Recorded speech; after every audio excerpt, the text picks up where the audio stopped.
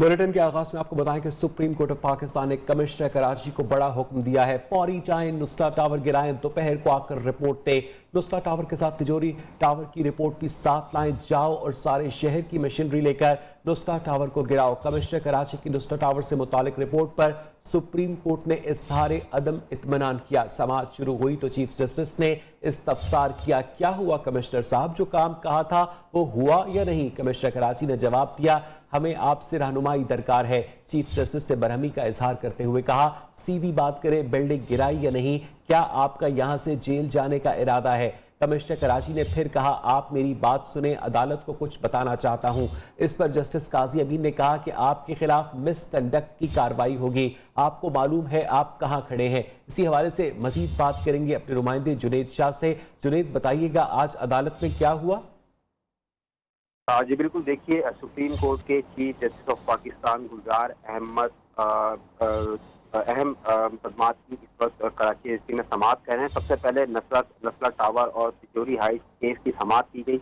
नस्ला tower case की जब समाअत शुरू की गई तो कमिश्नर कराची अदालत में पेश हुए, जिस पर चीफ जस्टिस ने उनसे इस्तफसार किया कि क्या हुआ कमिश्नर साहब, जो काम कहा था वो हुआ या नहीं। जिस पर कमिश्नर कराची ने अदालत से ये कहा कि हमें आपकी रहनुमाई चाहिए।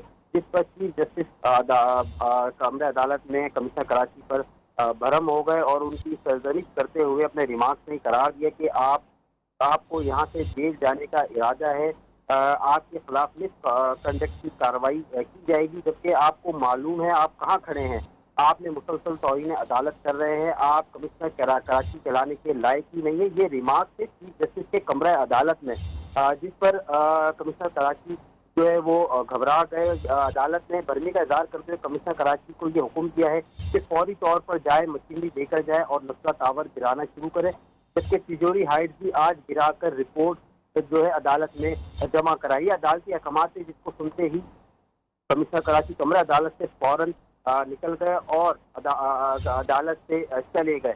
आज अहम मुकदमात की समाअत जारी है, जबकि इस वक्त सुप्रीम कोर्ट में सिंध हुकूमत की जानिब से सिविल एविएशन की जमीनों की अलाटमेंट का केस भी जेर समाअत है।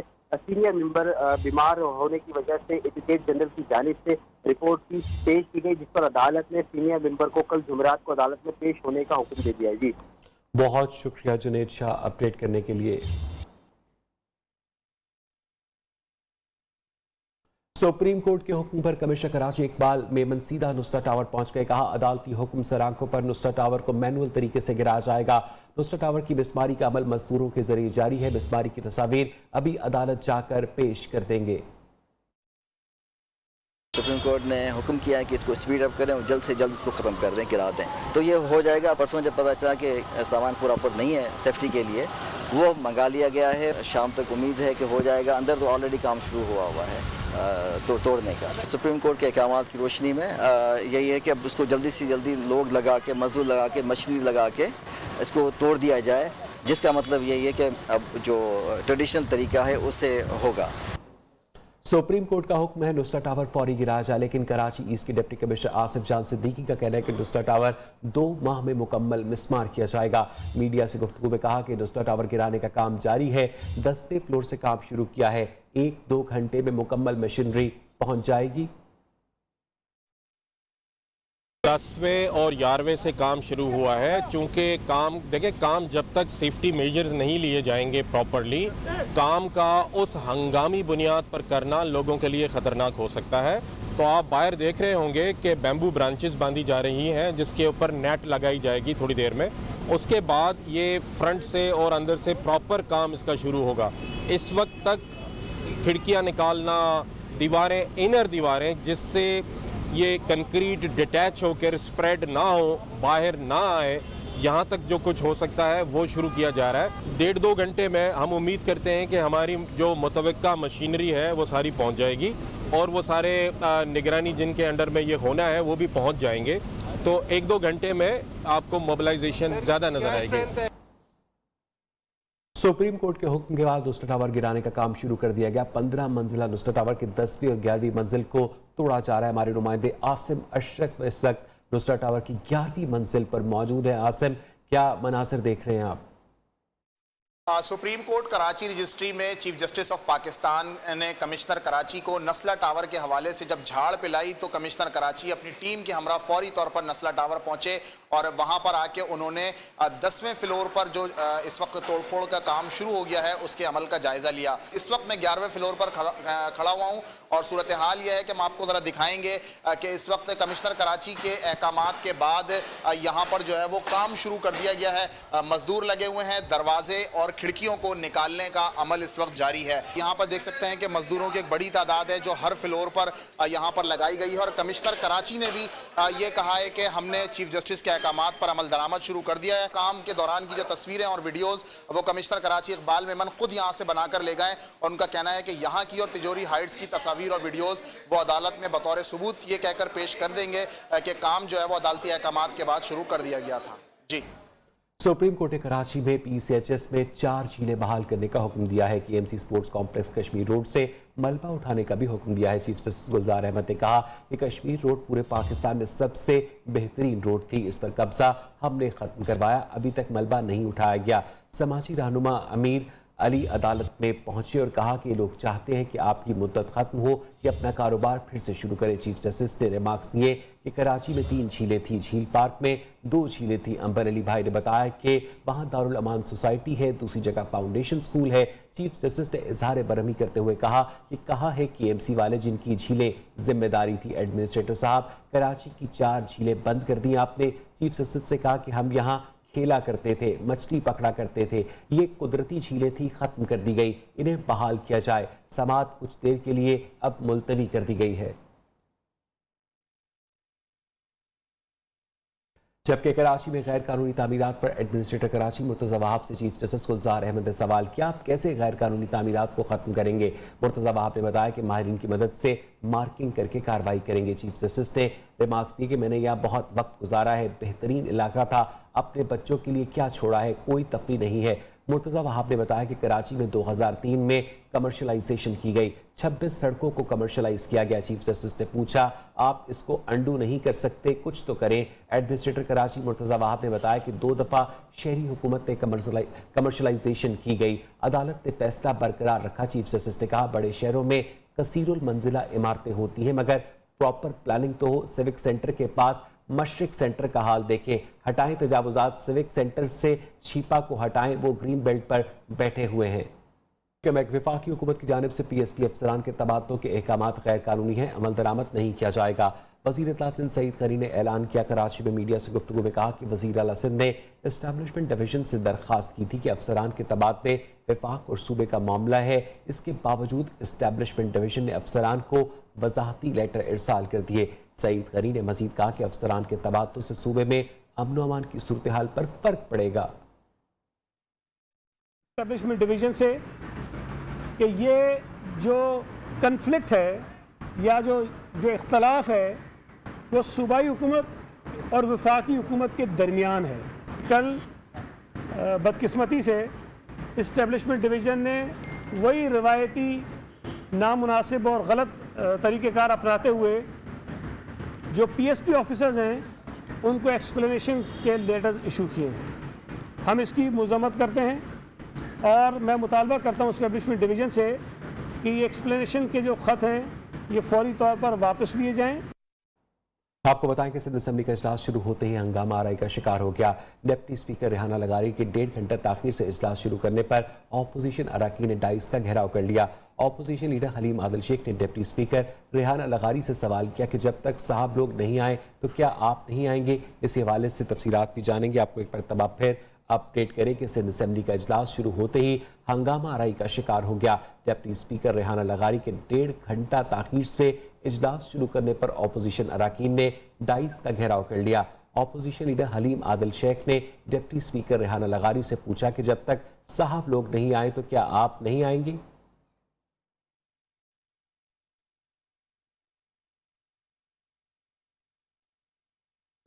पंजाब में बल्दियाती इंतखाबात मरहलावार कराए जाने का इम्कान है। ज़राए के मुताबिक पहले मरहले में जनूबी जबकि दूसरे मरहले में शुमाली पंजाब में इलेक्शन करवाने की तजवीज़ ज़ेर गौर है। आखिरी मरहले में वस्ती पंजाब के लिए बल्दियाती नुमाइंदों का इंतखाब अमल में लाया जाएगा। ज़राए के मुताबिक मुतअद्दिद वज़रा ने पहले मरहले में अपने इलाके में इंतखाबात करवाने की हामी नहीं भरी।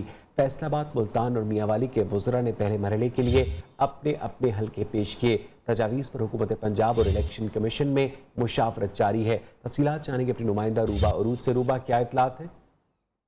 जी बिल्कुल, 3 मरहलों में बल्दियाती इंतखाबात कराने की तजवीज़ दी गई है पंजाब हुकूमत की जानिब से, जबकि इलेक्शन कमीशन ने 2 मराहिल में बल्दियाती इंतखाबात की तजवीज़ दी। अभी बातचीत जारी है पंजाब हुकूमत और इलेक्शन कमीशन के दरमियान। पहले मरहले में जनूबी पंजाब, दूसरे मरहले में शुमाली पंजाब और तीसरे मरहले में वस्ती पंजाब में बल्दियाती इंतखाबात कराने पर गौर किया जा रहा है। गुज़िश्ता रोज़ पंजाब काबीना के इजलास में फैसलाबाद, मियांवाली और मुल्तान के वज़रा ने काबीना इजलास में पहले मरहले में अपने इलाकों में इंतखाबात की पेशकश की।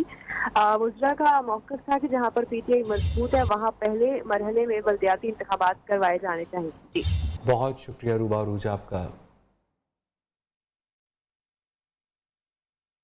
हुकूमत के लिए एक और मुश्किल पेट्रोल बहरान सर उठाने को तैयार। पेट्रोलियम डीलर्स एसोसिएशन ने कल मुल्क भर में हड़ताल का ऐलान कर रखा है। पेट्रोलियम डीलर्स एसोसिएशन ने तमाम पेट्रोल पंप मालिकान को कल सुबह 6 बजे से पेट्रोल पंप बंद रखने की हिदायत कर दी है।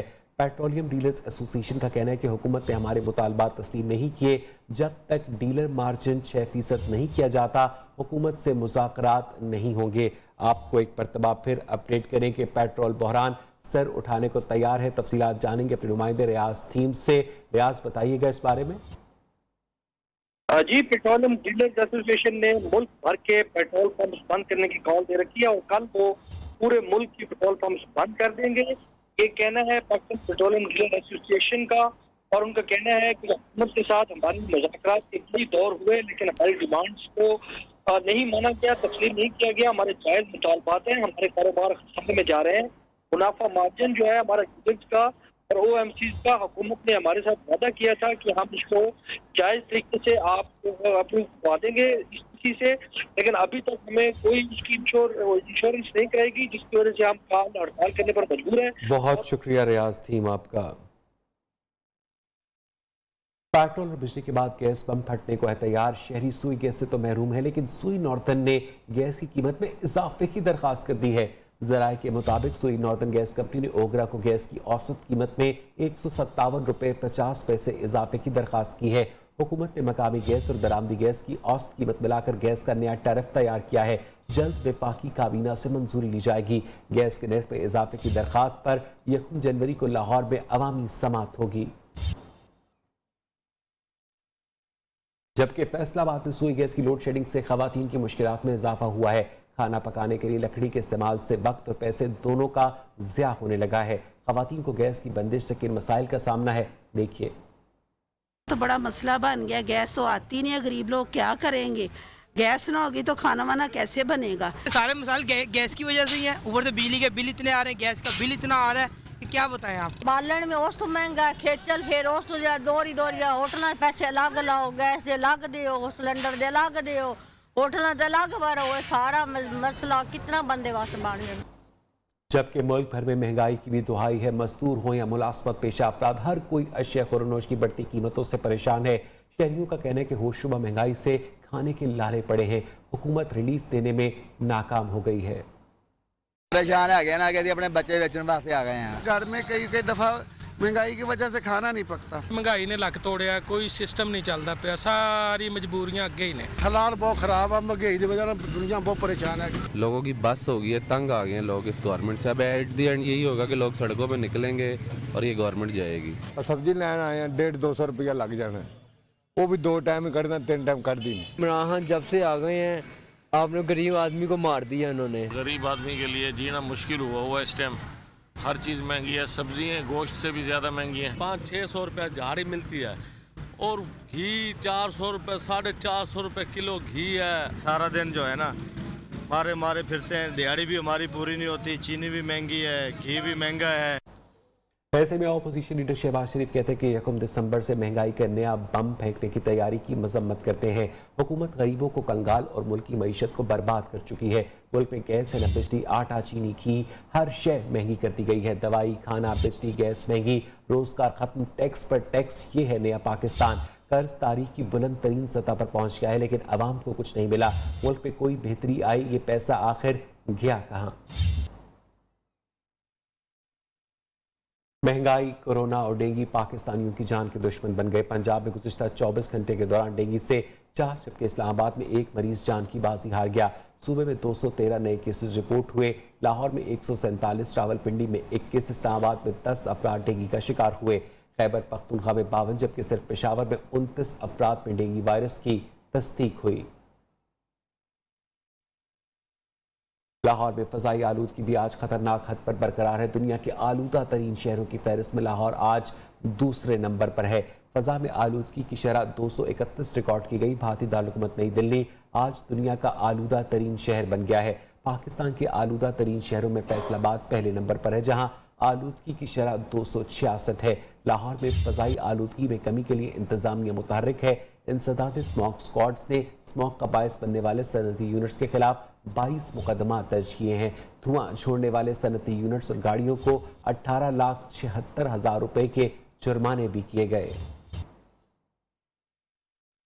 जबकि लाहौर हाईकोर्ट ने स्मॉक की रोकथाम के केस में अबूरी हुक्मनामा जारी किया है। जस्टिस शाहिद करीम ने तहरीरी हुक्म में कहा कि मेयर लाहौर शहर से तजावुजात खत्म करने के लिए बिला तफरीक ऑपरेशन करे। डिप्टी कमिश्नर पॉलीथीन बैग्स इस्तेमाल करने वालों के खिलाफ कार्रवाई करे। अदालत ने मेयर लाहौर और डिप्टी कमिश्नर समेत दीगर अफसरान को अमल दरामद रिपोर्ट 1 दिसंबर तक जमा करवाने का हुक्म दिया है। अफसोसनाक खबर शामिल करेंगे लोअर कोहिस्तान से, जहां पर एक गाड़ी खाई में जा गिरी। हादसे में एक बच्चे समेत 6 अफराद जाँ बाग हुए। हादसे का शिकार अफराद इस्लामाबाद से गिलगित जा रहे थे कि लोअर कोहिस्तान के मकाम पर गाड़ी खाई में जा गिरी। जाँ बाग अफराद का ताल्लुक जलालाबाद से है। साबिक चीफ जस्टिस साकिब निसार की मुबैना ऑडियो से मुतालिक मरियम नवाज आज प्रेस कॉन्फ्रेंस करेंगी। एवनफील्ड केस में इस्लामाबाद हाई कोर्ट पेशी के मौके पर मरियम नवाज ने गैर रस्मी गुफ्तगू करते हुए कहा कि साकिब निसार की लीक्ड ऑडियो पर चक शहजाद से प्रेस कॉन्फ्रेंस करूंगी। अपने केस पर बात करते हुए कहा कि नैब से जब सबूत मांगे जाते हैं तो उसको शर्मिंदगी का सामना करना पड़ता है। असल मुजरिम तो हुकूमत है, नैब तो आलाकार है। नैब के पास कोई सबूत नहीं। यहाँ फॉरेन फंडिंग केस नहीं चल रहा जिसमें इल्तवा मांगा जाए। उनके केस में इल्तवा नैब मांग रहा है, वो नहीं। इरफान कादिर का सुप्रीम कोर्ट में केस है, इसलिए वो पेश नहीं हो रहे।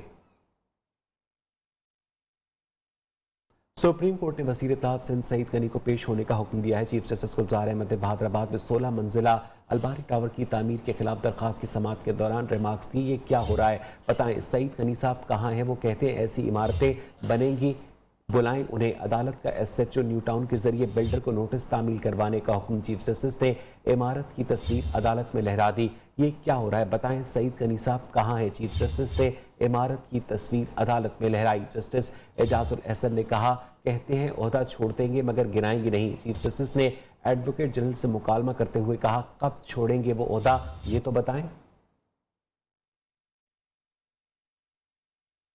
सुप्रीम कोर्ट का कराची में तमाम पार्क्स और प्ले ग्राउंड्स बहाल करने का हुक्म। ये हुक्म पार्क्स और प्ले ग्राउंड्स की बहाली केस में KMC को दिया गया। सुप्रीम कोर्ट ने हुक्म दिया कि पार्क्स और मैदानों को बहाल करके महफूज बनाया जाए। पार्क्स में मतलूबा फर्नीचर, लाइट्स की फराहमी भी यकीनी बनाई जाए। इन पार्क्स और मैदानों में दाखिले की कोई फीस नहीं होनी चाहिए। सुप्रीम कोर्ट ने एडमिनिस्ट्रेटर कराची मुर्तज़ा वहाब को 2 हफ्ते में रिपोर्ट पेश करने का हुक्म दिया। इस्लामाबाद हाईकोर्ट में मरियम नवाज और शाहिद खाकान अब्बासी के खिलाफ खातून वकील कुलसूम खालिक ने तौहीन अदालत की दरखास्त दायर की है। दरखास्त में इस्तदा की गई है कि शाहिद खाकान अब्बासी ने कहा कि अगर नवाज शरीफ जेल जा सकते हैं तो साकिब निसार क्यों नहीं। मरियम नवाज और शाहिद खाकान अब्बासी तौहीन अदालत के मुर्तकिब हुए हैं। दोनों ने अदलिया के खिलाफ तौहीन आमेज अल्फाज इस्तेमाल किए हैं। साबिक चीफ जस्टिस साकिब निसार के खिलाफ बात करके अदलिया को स्कैंडलाइज करने की कोशिश की गई है। पेशावर में जर्मनी, बरतानिया, अमेरिका और दीगर यूरोपीय ममालिक के ब्रांडेड प्रोजेक्ट्स और जैकेट्स और कोट चंद 100 रुपये में मिलने लगे हैं। ग्राहक कहते हैं कि लंदन में मिलने वाली ये जैकेट्स और कोट नई की निस्बत बहुत म्यारी और कम कीमत पर दस्तयाब होते हैं। एजाज आफरीदी की रिपोर्ट।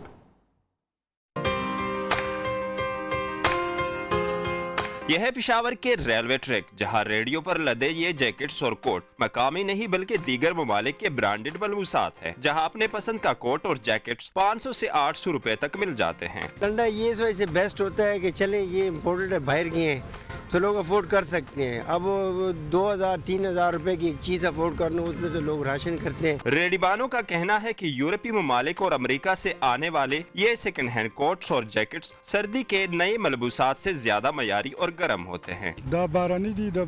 ये माल बैरून मुल्क से कराची आता है और कराची से हम खरीद कर यहाँ लाते हैं। इसकी कीमत भी मुनासिब होती है, ताहम गुज़िश्ता साल की निस्बत रवा साल कीमतों में बहुत इजाफा हुआ है।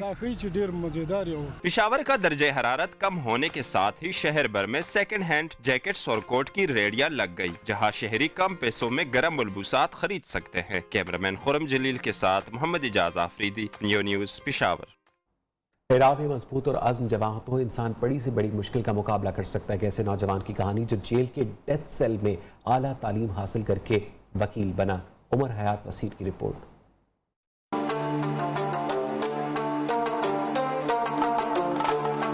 पहलवानों के शहर गुजरावाला का रिहायशी नौजवान जिसे 18 साल की उम्र में दोहरे कत्ल केस में सजाए मौत सुनाई गई। काल कोठरी में मायूसी का शिकार होने की बजाय नौजवान राय अयाज ने आला तालीम का सिलसिला जारी रखा। ग्रेजुएशन की, फिर MA पॉलिटिकल साइंस समेत दीगर डिग्रियां हासिल की। 2017 में लाहौर हाई कोर्ट ने राय अयाज और उसके चचा की सजाए मौत का लदम करार देकर बरी कर दिया। जेल की काल कोठरी से रिहाई के बाद राय अयाज ने वकालत की डिग्री हासिल करके प्रैक्टिस शुरू कर दी। राय अयाज का कहना है कि मैंने महसूस किया कि मुझे किताबों से वाबस्तगी बरकरार रखने के लिए वकालत से बेहतर कोई शोबा नजर नहीं आया। राय अयाज एडवोकेट ने कहा, थाने से लेकर अदालत में केस के ट्रायल तक तमाम मसाइल और मुश्किलात का सामना किया। कोशिश करता हूँ मेरे क्लाइंट्स को वो मुश्किलात पेश न आए। मैं समझता हूँ कि वकालत में वो जो थ्रस्ट है ना, वो किसी हद तक मैं पूरी कर सकता हूँ, क्योंकि different cases, type of the cases और उनको टेकअप करना, डेली ने चैलेंजेस को फेस करना, ठीक है, हर केस के फैक्ट्स और हर केस के लॉज